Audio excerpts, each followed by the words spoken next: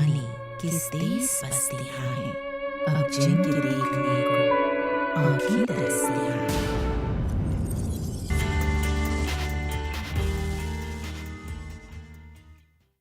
میں آپ سے مستمراتی درجے کی حکومت مانگنے نہیں آیا ہوں اور نہ اس کے حصول پر یقین رکھتا ہوں۔ صرف ایک چیز جس کا عہد کر چکا ہوں وہ آزادی کامل ہے۔ اپنے وطن کو واپس میں صرف اس صورت میں جانا چاہتا ہوں کہ ارمغان آزادی میرے ہاتھ میں ہو، ورنہ ایک غلام ملک میں واپس نہیں جاؤں گا۔ اگر تم ہمیں ہندوستان میں آزادی نہ دو گے تو یہاں تمہیں مجھے ایک قبر تو دینی ہی پڑے گی۔ اللہ تعالیٰ نے اپنے نیک بندے کی لاج رکھی۔ گول میز کانفرنس ناکام ثابت ہوئی۔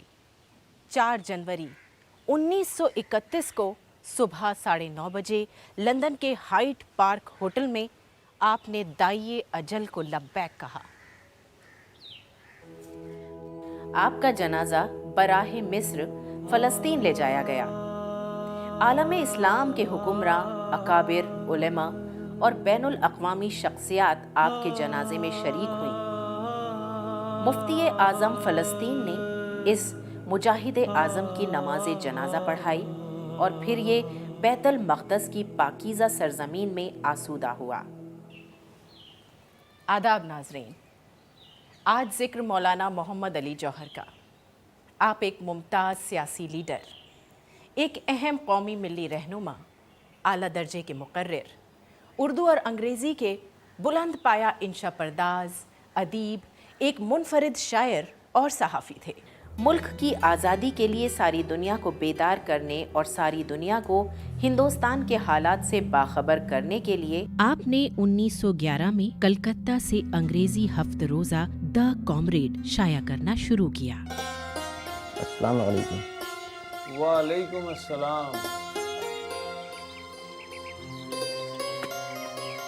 بہو، آپ کے لاڈلے آئے ہیں، ان کے لیے بلیک کافی لیتے آئیے گا۔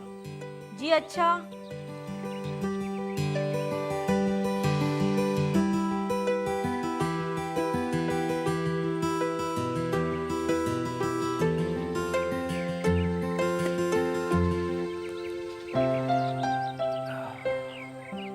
کیا بات ہے، کافی کا نام سن کر بھی چہرہ نہیں کھلا؟ السلام علیکم۔ وعلیکم السلام۔